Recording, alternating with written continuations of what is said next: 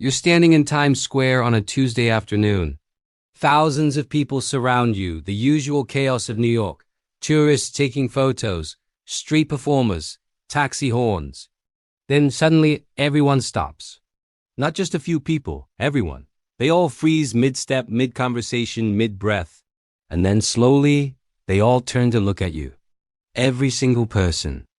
Hundreds of faces all wearing the exact same expression. A calm, peaceful smile.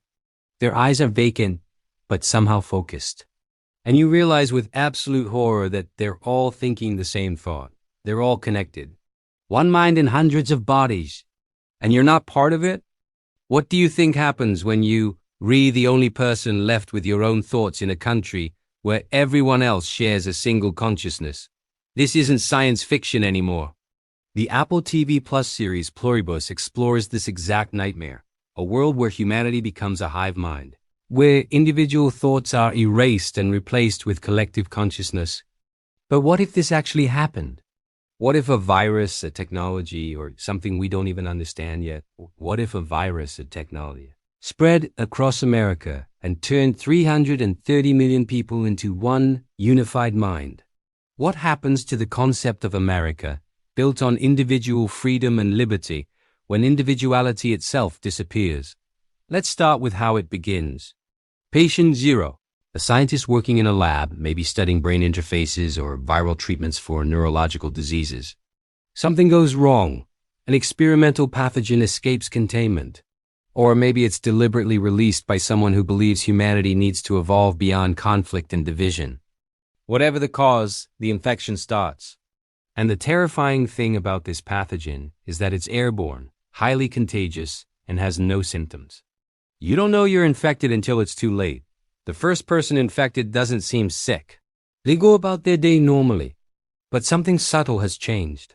They're calmer, more agreeable, they smile more. Their co-workers notice they seem unusually at peace, but nobody thinks much of it.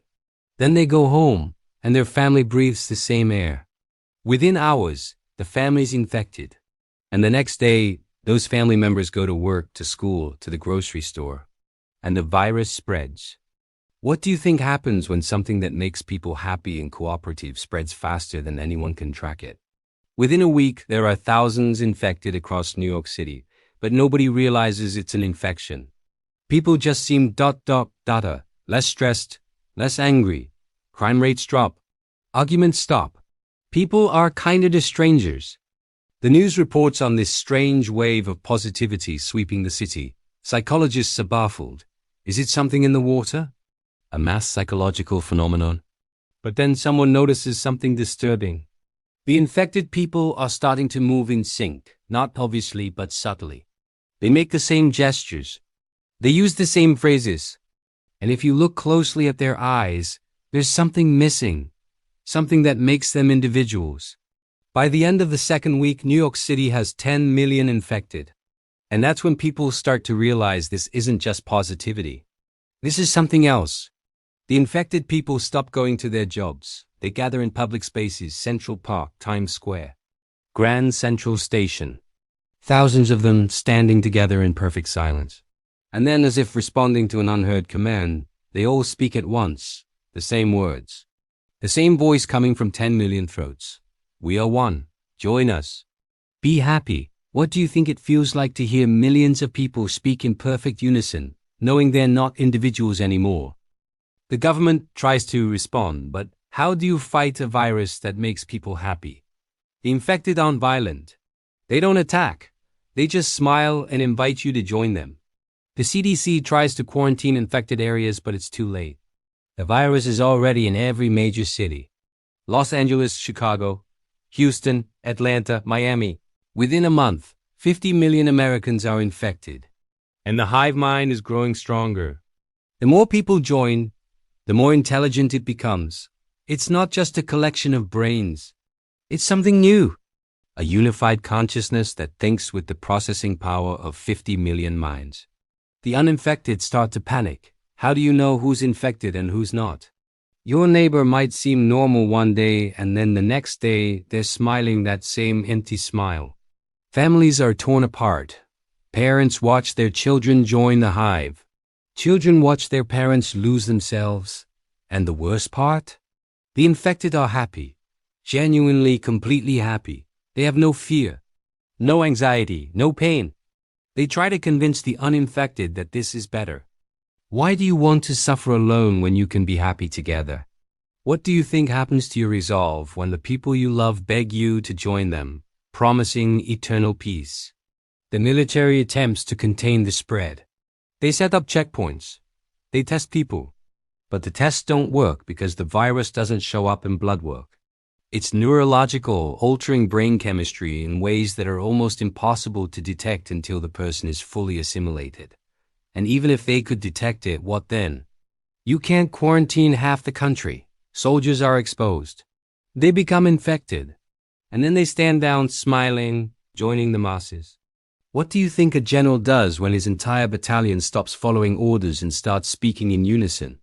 3 months in, 200 million Americans are part of the hive. That's 2/3 of the population. The remaining 100 million uninfected are scattered, terrified, and running out of places to hide. Cities are completely taken over. The infected don't need to eat much. They don't sleep. They just stand together, connected, sharing thoughts across a vast network of minds. Some of the uninfected flee to rural areas, but the infected follow. Not aggressively. They just walk, slowly, calmly, spreading out across the country like a tide. What do you think it's like to be in a small town, watching the horizon fill with thousands of smiling people walking toward you? Let's talk about what it's like to be one of the last uninfected. You're alone or maybe with a small group of others. You can't trust anyone new because they might be infected and not showing it yet. You see your reflection and you barely recognize yourself. Your eyes are filled with fear, exhaustion, paranoia. And then you see one of the infected. They look peaceful, rested, happy, and you start to wonder, are you the crazy one for resisting? What do you think happens to your sanity when you re the one suffering while everyone else has found peace? The hive mind starts to reorganize society. The infected don't need money. They share resources perfectly. There's no greed, no theft, no violence among them. They dismantle governments because they don't need them. They stop industries that harm the environment because the collective decides it's not optimal. In a twisted way, the hive mind solves problems humanity couldn't. Climate change? Fixed? Poverty? Gone? War? Impossible when everyone shares the same thoughts. But at what cost? What do you think is worse? A world full of problems or a world where everyone is happy, but no one is truly alive? The remaining uninfected face an impossible choice. Fight? But how do you fight people who won't hurt you, who just want you to join them? Run. But where? The infection is everywhere. Die? Some choose that. They take their own lives rather than lose themselves. But most just keep running, keep hiding, waiting for a cure that will never come. Because how do you cure something that isn't really a disease? How do you cure happiness? What would you do if you were one of the last people on earth with your own thoughts? There's a moment every uninfected person faces. You're cornered, exhausted. You haven't slept in days. You're starving.